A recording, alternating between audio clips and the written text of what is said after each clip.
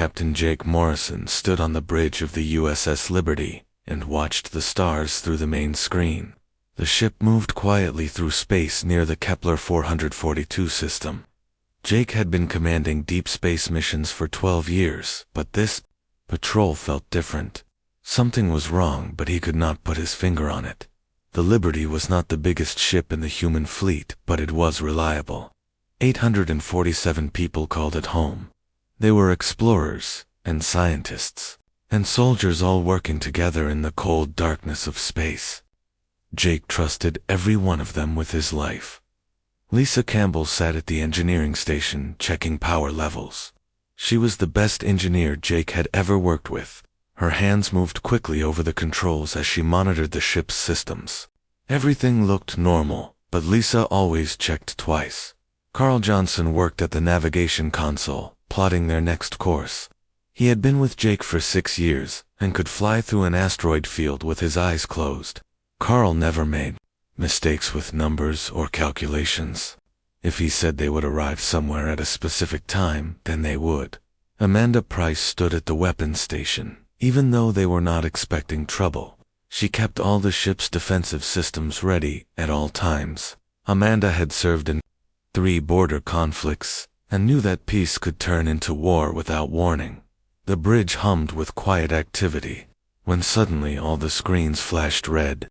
An incoming transmission alert filled the air with harsh beeping sounds.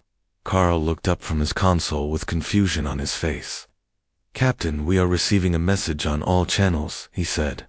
"The signal is incredibly strong and coming from directly ahead of us." Jake felt his stomach tighten. No human ship was supposed to be in this sector. "Put it on the main screen," he ordered. The image that appeared made everyone on the bridge go silent. A massive alien creature filled the screen.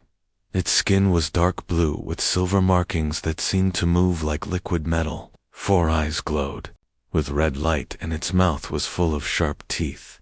When it spoke, its voice was like thunder. "I am Admiral Kethvar of the Zephyrian Empire," the creature said.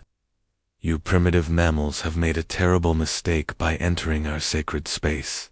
Your species is nothing but an infection that must be removed from the galaxy." Jake stepped forward, even though his heart was beating fast. "This is Captain Morrison of the human vessel Liberty. We are on a peaceful exploration mission. We mean no harm to your people." The alien admiral made a sound that might have been laughter, but sounded more like growling. "Your intentions matter nothing to us. The Zephyrian Empire has ruled this sector for 10,000 years. No lesser species may travel here without permission." Lisa turned in her chair and whispered to Jake, "Captain, I am detecting massive energy. Signatures approaching our position. Whatever they are sending it is big." Admiral Kethvar continued, speaking as if he had heard her. "Behold, the Grand Armada of the Zephyrian Empire. 1,000 ships have come to show you the price of trespassing in our domain." The main screen switched to show space around them. Jake felt his blood turn cold. Ships were appearing everywhere, as far as the sensors could detect. Each one was enormous, like a floating city made of dark metal. Weapon ports glowed with deadly energy along their hulls. The sheer number of them made the Liberty look like a tiny insect. 1,000 ships against 1 admiral, Kethvar said, with satisfaction. "Your vessel will be destroyed as an example to any other primitive species that dares to challenge us. But we are not without mercy. Surrender now, and accept immediate execution. Your deaths will be quick." Amanda checked her weapons display and shook her head at Jake. They had plasma cannons and photon torpedoes, but nothing that could scratch those massive enemy ships. The Liberty's shields might stop a few hits, but against 1,000 ships, they would last minutes at best. Carl ran calculations on his console, and the results were not good. "Captain, even at maximum speed, we cannot outrun them. Their ships are faster than ours, and they have us surrounded." Dr. Peter Hayes entered the bridge from the medical bay. He had been listening to the transmission, and his face was pale. "Captain, I have been studying their language patterns and behavior. These beings see themselves as superior to all other life forms. They have probably never faced real resistance. Jake looked around at his crew and saw fear in their eyes, but also determination. These people had volunteered for deep space missions, knowing the risks. They were scientists and explorers, but they were also human beings who would not go quietly into the dark. Admiral Kethvar, Jake said, addressing the screen. We need time to consider your offer. The alien's four eyes narrowed. You have one standard galactic hour to make your decision. Surrender and die quickly, or resist and watch your ship be torn apart, piece by piece. The choice is yours, but the result will be the same. The transmission ended, and the bridge fell silent, except for the quiet hum of the ship's systems. Outside their small vessel, 1,000 enemy ships waited like hungry wolves. Jake had commanded in dangerous situations before, but never anything like this. Lisa stood up from her station. Captain, what are your orders? Jake looked at each member of his bridge crew. These people had followed him across the galaxy and trusted him to bring them home safely. Now he had to make a decision that would determine if any of them would see Earth again. Get me a shipwide communication channel, he said. Every person on this vessel deserves to know what we are facing. The hour was counting down, and Admiral Kethvar was waiting for an answer. Jake Morrison had 60 minutes to decide between surrender and death, or fighting impossible odds against the most powerful fleet the galaxy had ever seen. Jake Morrison's voice echoed through every corridor and room on the USS Liberty. 847 people stopped what they were doing to listen to their captain. In the engine room, Lisa Campbell paused her repairs. In the medical bay, Dr. Hayes put down his research. In the cafeteria, cooking staff turned away from their meal preparations. Crew of the Liberty, Jake began. We face a situation that no human ship has ever encountered before. An alien empire has sent 1,000 warships to destroy us. They have given us 1 hour to surrender and accept execution or fight against impossible odds. The ship fell completely silent. Even the background hum of the air recycling systems seemed quieter than usual. Jake continued speaking in a calm, steady voice that did not show the fear he felt inside. I will not lie to you. Our chances of survival are almost zero. These aliens have technology and numbers that make our weapons look like toys, but I am giving each of you a choice. Anyone who wants to abandon ship and try to escape in the shuttle pods may do so now. I will not think less of anyone who chooses to save themselves. Minutes passed, and nobody moved toward the escape pods. In engineering, Lisa Campbell looked around at her team and saw the same determination in their eyes that she felt in her heart. In the weapons bay, Amanda Price checked her equipment one more time. Throughout the ship, human beings made the same choice. Jake waited for responses that never came. Finally, his communication officer, Ben Clark, spoke up.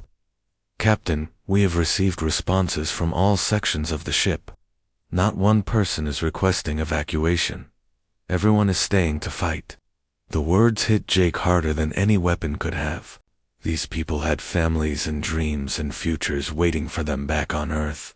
Yet every single one had chosen to stand with him against certain death. He cleared his throat before speaking again. Then we fight. All department heads report to the main conference room immediately. We have 50 minutes to find a way to defeat 1,000 ships with one. The conference room filled quickly with the senior staff. Lisa Campbell brought her engineering reports, while Amanda Price carried weapon specifications. Carl Johnson had navigation charts, and Dr. Hayes brought his analysis of the alien transmission. They all looked to Jake for leadership, even though none of them believed victory was possible. Lisa, what can we do with our engines? Jake asked. I can push them to maybe 300% of normal power, she replied, but that would probably destroy the ship within hours. The stress on our hull would be enormous. Do it anyway. Amanda, what about weapons? Amanda spread out her charts on the table. Captain, our standard plasma cannons might scratch their paint. Their ships are just too big and heavily armored. But I have an idea about our photon torpedoes. She pointed to technical drawings of their torpedo systems. If I remove the safety protocols and overload the warheads, I might be able to create much bigger explosions. It would be dangerous to us, but it might actually damage their ships. Carl leaned forward with his own suggestions. I have been studying their formation patterns from the long-range sensors. They are flying in perfect geometric shapes like they are more concerned with looking impressive than tactical advantage. If we can use that against them somehow. Dr. Hayes had been quietly studying his notes about the alien communication. Captain, I think I have found something important. These Ephorians have probably never lost a battle in their entire history. They are so confident in their superiority that they might not know how to react if things go wrong. What do you mean? Jake asked. They expect us to either surrender or make a desperate last stand that they can easily crush. But what if we do something completely unexpected? Something that goes against every rule of space combat they know. Jake felt the first spark of hope since this nightmare began. Keep talking. Their formation is designed to overwhelm enemies with massive firepower from a safe distance. They have never had to deal with an enemy that might get close to them or use tactics they have never seen before. Lisa suddenly sat up straighter. Captain, what if we do not try to fight their ships directly? What if we make them fight each other? The room went quiet as everyone considered her words. Amanda nodded slowly. If we could get in close to their formation and move fast enough, they might hit their own ships trying to target us. Carl began working calculations on his portable computer. The gravitational effects from all those massive ships bunched together would create navigation hazards they probably have not considered. If we knew exactly where those hazards were, we could use them to our advantage. Ben Clark spoke up from his position near the door. Captain, I have been analyzing their communication systems. Human technology works on completely different principles than theirs. Our computers might be able to confuse their targeting systems. Jake looked around the table at his senior staff. They were still talking about fighting impossible odds, but now they had ideas instead of just fear. These people were not giving up even when any reasonable person would have already accepted defeat. Nancy White is our best computer specialist, Jake said. Get her up here immediately. Lisa, I want you to start those engine modifications right now. Amanda, begin preparing your modified torpedoes. Carl, plot us a course that takes us right through the middle of their formation. Sir, that would be suicide, Carl said. Maybe, Jake replied. But if Dr. Hayes is right, and these aliens have never faced desperate tactics before, then suicide might be the last thing they expect. The meeting broke up with everyone rushing to their stations. Lisa headed to the engine room where her team was already pulling apart power systems. Amanda went to the weapons bay to begin the dangerous work of modifying explosive warheads. Carl returned to the bridge to calculate impossible flight paths. Nancy White arrived within minutes and immediately began working on computer programs that might confuse alien targeting systems. Dr. Hayes continued analyzing every word of the alien transmission, looking for more weaknesses they could exploit. Jake stood alone in the conference room, looking out at the approaching enemy fleet. 1,000 ships filled with aliens who had never known defeat were coming to destroy his vessel and everyone on it. But humans had something those aliens had never encountered before. They had the ability to find hope in hopeless situations and fight hardest when victory seemed impossible. The countdown continued, and the enemy ships grew larger on their sensors. Time was running out, but the crew of the Liberty was not giving up. They were human beings, and human beings did not surrender easily. The hour had passed, and Admiral Kethfar's face filled the main screen once again. His 4 red eyes glowed with anticipation as he looked at the small human vessel. Behind him, the bridge of his flagship showed dozens of alien officers preparing for what they believed would be a simple execution. Your time is finished, little mammals, the Admiral said with satisfaction. What is your answer? Will you surrender and die with honor, or force us to destroy you slowly? Captain Jake Morrison stepped forward on the bridge of the Liberty. His crew was at battle stations, and every system had been pushed beyond safe limits. The ship hummed with dangerous energy as Lisa Campbell's modifications strained the hull. "Admiral, we have made our decision." "And what decision is that?" Kethvar asked. "We choose neither surrender nor a last stand," Jake replied calmly. "We choose to fight you on our terms." The alien admiral made that growling laugh sound again. Brave words from someone about to die. "Very well. All ships of the Grand Armada prepare to fire. Make this quick." The transmission ended, and Jake turned to his crew. "This is it, everyone. Lisa, give me everything the engines have. Carl, take us straight into the center of their formation. Amanda, prepare to fire on my command." The Liberty suddenly accelerated forward at a speed that made the hull creak and groan. The modified engines pushed them to nearly 400% of normal power. On the main screen, the massive enemy ships grew larger as they rushed toward certain death. The Zephyrian fleet had arranged itself in perfect geometric formations that looked beautiful but were tactically stupid. The ships were so close together that they could barely maneuver without hitting each other. Admiral Kethvar had been so concerned with making an impressive display that he had forgotten basic combat principles. "Enemy ships are trying to target us," Amanda reported from her weapons station, "but our speed and size are making it difficult for them to get a lock." Carl Johnson flew the Liberty like it was a fighter instead of a deep space cruiser.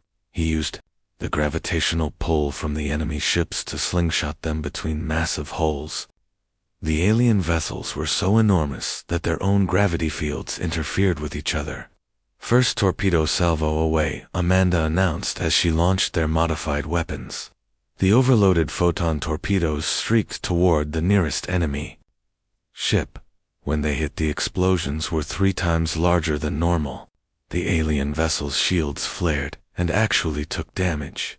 Admiral Kethvar could not believe what he was seeing. The tiny human ship was flying directly through his carefully arranged formation. His gunners were trying to target it, but kept missing because of the creature's erratic movements. Even worse, some of his own ships were having to dodge to avoid collisions. "All ships fire at will," he commanded angrily. "Destroy that insect immediately." That command was exactly what Jake had hoped for.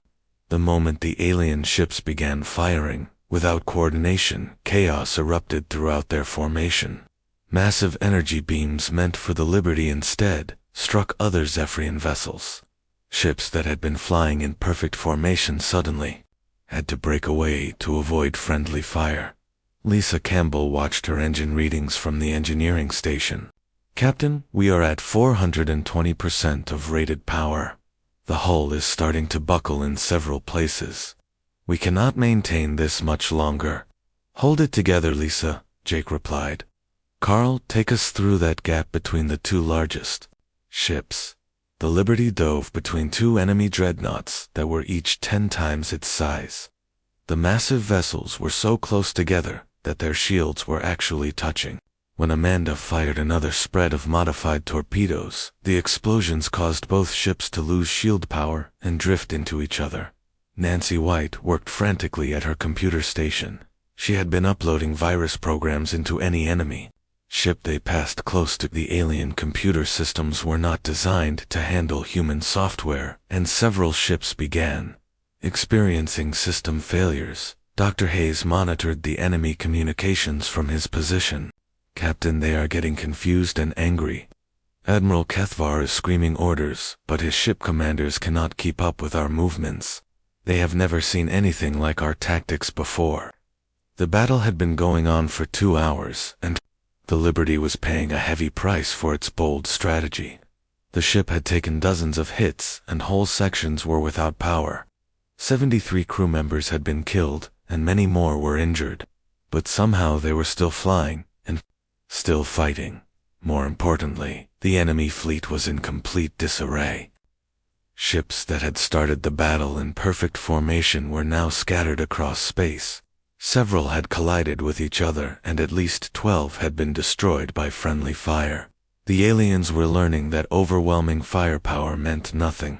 If you could not hit your target, Amanda Price had to restart her weapons systems 3 times after taking damage, but she kept firing. Every torpedo that hit an enemy ship was a small victory against impossible odds. She had never imagined that human weapons could actually damage such massive vessels. Carl Johnson's navigation console was partially destroyed, but he continued flying by instinct and experience. He had memorized the positions of every enemy ship and could predict their movements. The Liberty danced between energy beams and missile salvos like it was performing some deadly ballet. Admiral Cathvar was no longer laughing. His perfect formation was ruined, and his ships were shooting each other as often as they hit the human vessel. Worst of all, the tiny enemy ship was still flying and still fighting after taking damage that should have destroyed it 10 times over. How is this possible? He demanded of his tactical officer. One small ship should not be able to cause this much chaos. Admiral, these humans fight like nothing we have ever encountered, the officer replied. They are using our own size and numbers against us. Every time we try to target them, they move in a way that puts our own ships in the line of fire. Jake Morrison stood on his damaged bridge and watched the tactical display. They had somehow survived the impossible and turned a battle of annihilation into something resembling an actual fight. But the Liberty was dying around them, and the enemy still had hundreds of ships left. Status report, he called out. Lisa Campbell's voice came through the damaged communication system. Captain, we have lost main power to decks 5 through 8. Life support is failing in multiple sections. The engines cannot take much more abuse. We have used 70% of our torpedo supply, Amanda added, and 3 of our plasma cannons are completely destroyed. Jake looked at the tactical display, showing the chaos they had created in the enemy formation.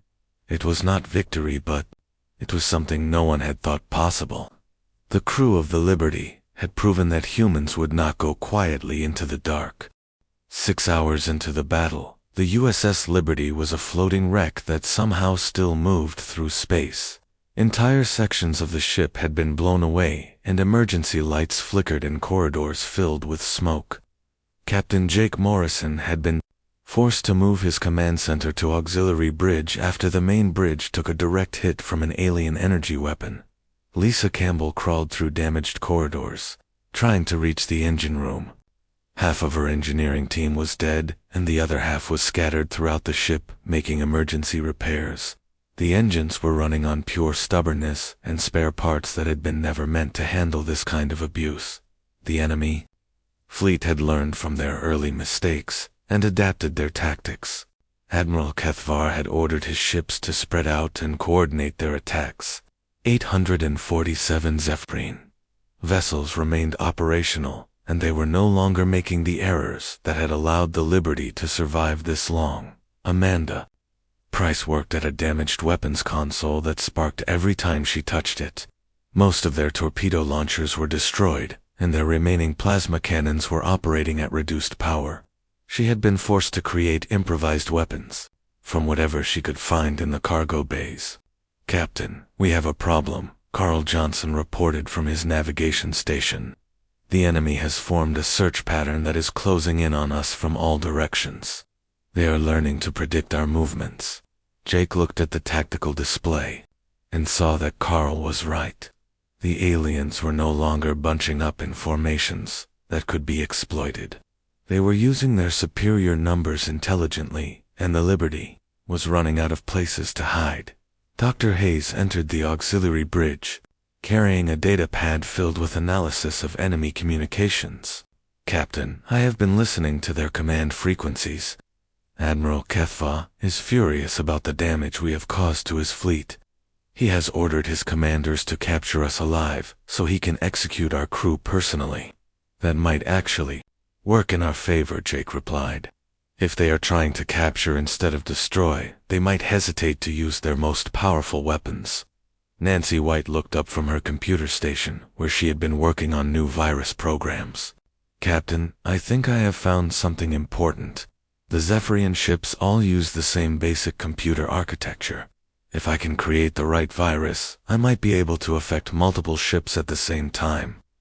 Ben Clark had been monitoring enemy transmissions when he suddenly sat up straight.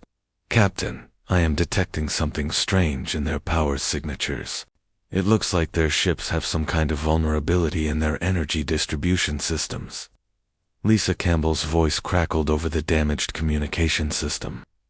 Captain, I am in Engineering Bay 3 trying to repair our shield generators.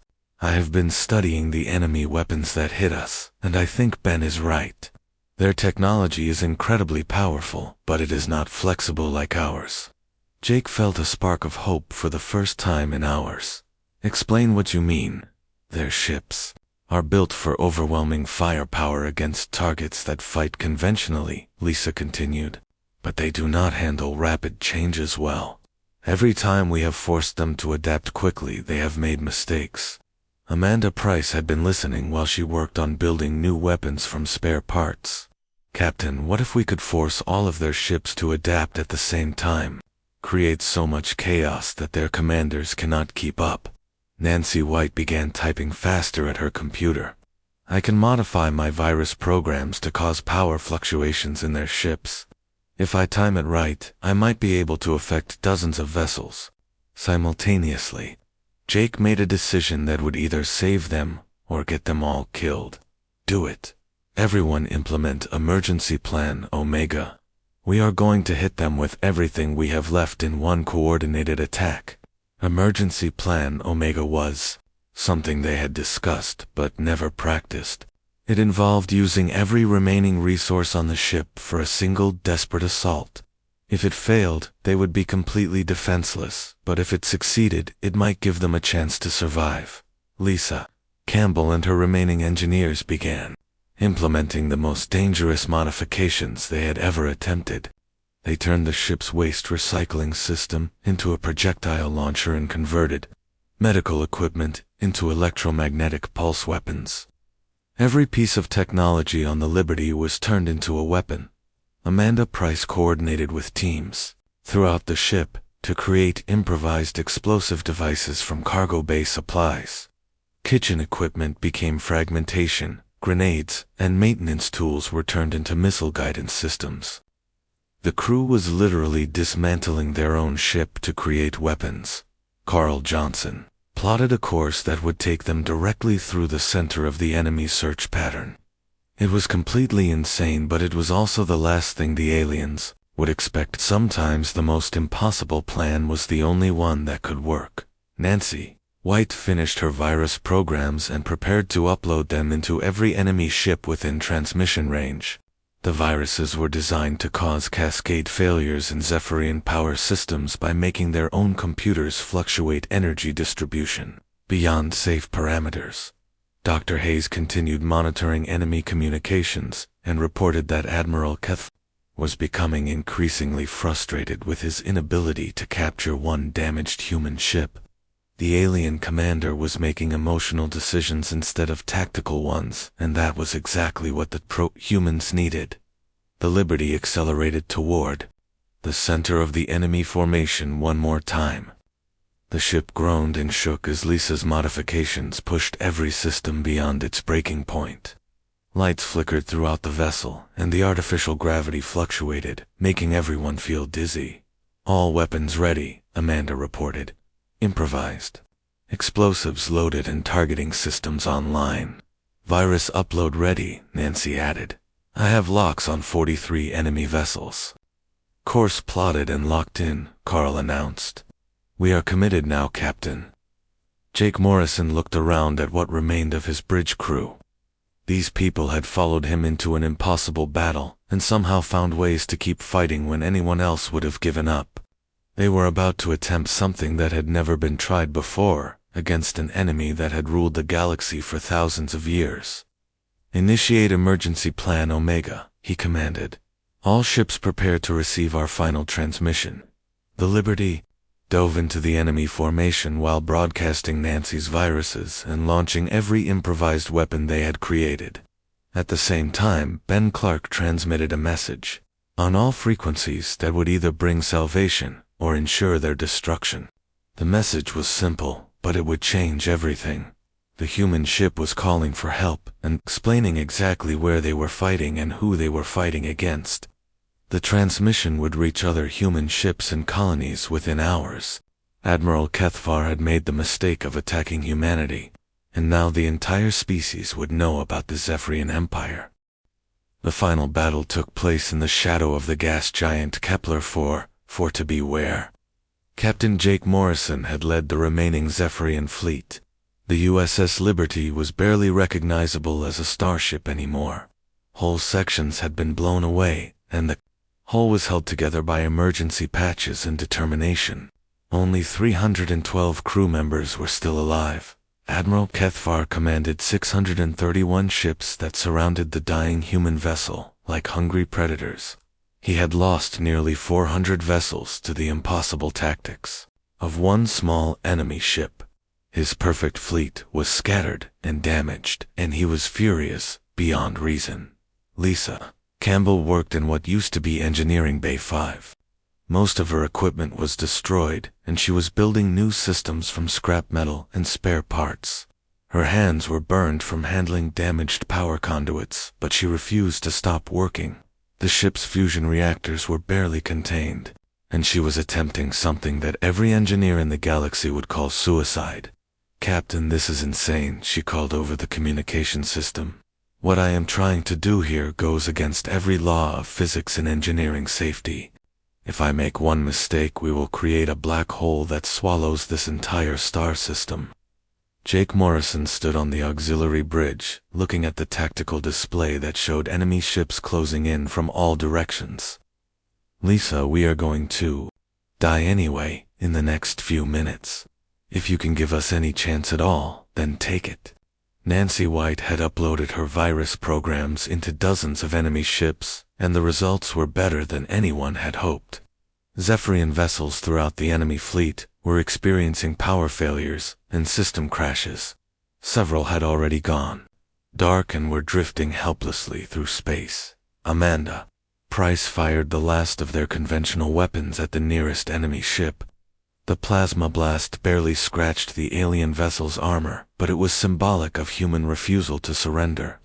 She then turned to the improvised weapons they had created, from ship components and cargo bay supplies. Carl Johnson plotted their final maneuver, with hands that shook from exhaustion and fear. The course he was laying in would take them directly toward the gas giant's upper atmosphere. It looked like a suicide run, and in many ways, it was exactly that. Dr. Hayes monitored enemy communications and reported that Admiral Kethvar had ordered his flagship to pursue the Liberty personally.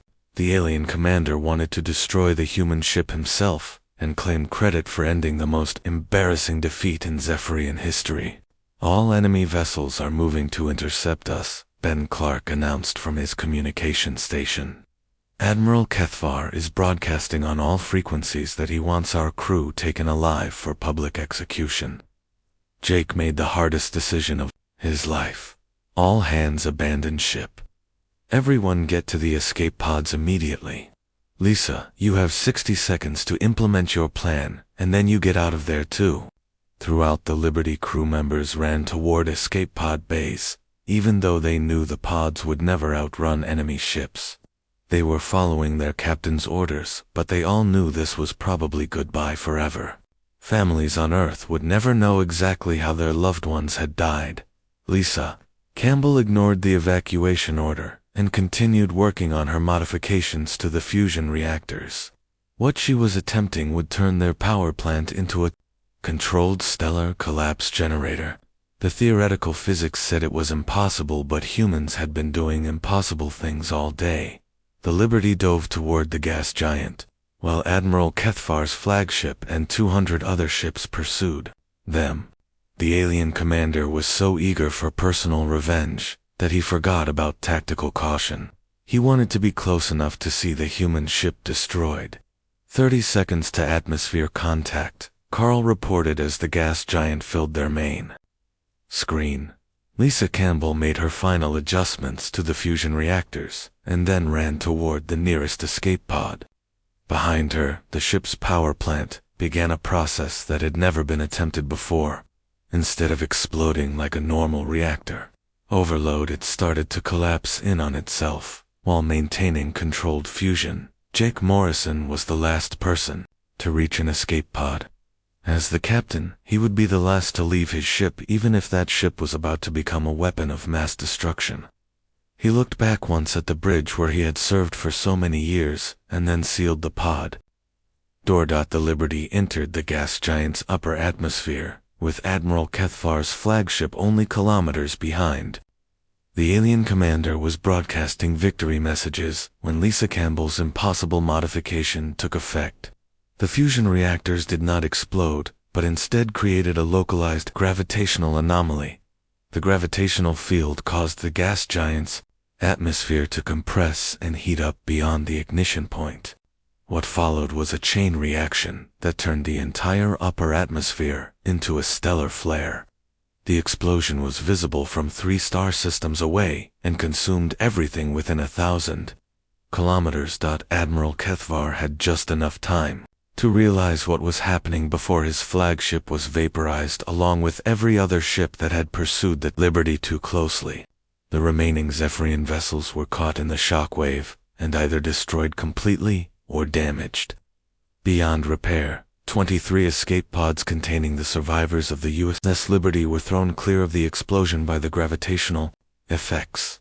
Jake Morrison's pod tumbled through space while he watched the death of both his ship and the enemy fleet that seemed so invincible hours before. The stellar flare burned for 3 days before finally dying down. When it ended, there was no trace of the Grand Armada that had come to destroy one human ship. Only debris remained of 1,000 vessels that had ruled the galaxy for centuries. A merchant ship found the escape pods 4 days later and rescued the 23 survivors. Captain Jake Morrison was unconscious from his injuries, but Lisa Campbell and Dr. Hayes were able to tell the story of what had happened. The news spread throughout human space within hours. The Zephyrian Empire tried to cover up the disaster, but too many species had detected the stellar flare and investigated the debris field. Word spread that the mighty Zephyrians had lost their entire Grand Armada to one human ship. Other civilizations began to look at both empires with new interest.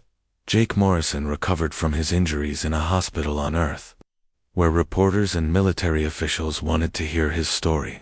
He told them that the victory belonged to every crew member who had refused to surrender and found impossible ways to keep fighting. The Liberty had been destroyed, but its crew had proven something important about humanity. 3 months later, Admiral Kethvar's replacement contacted Earth requesting a peace treaty. The new Zephyrian leadership wanted to establish diplomatic relations rather than risk another encounter with human tactical creativity. They had learned that some species became more dangerous when cornered. The USS Liberty was remembered throughout human space as the ship that faced impossible odds and somehow won. Statues were built honoring the 824 crew members who died fighting against the largest fleet ever assembled. But the 23 survivors became living symbols of human refusal to accept defeat. But Captain Jake Morrison never commanded another ship, but he did address the Galactic Council about the battle. He explained that humanity's greatest strength was not superior technology or overwhelming numbers. It was their ability to find hope in hopeless situations and create solutions that nobody else thought possible.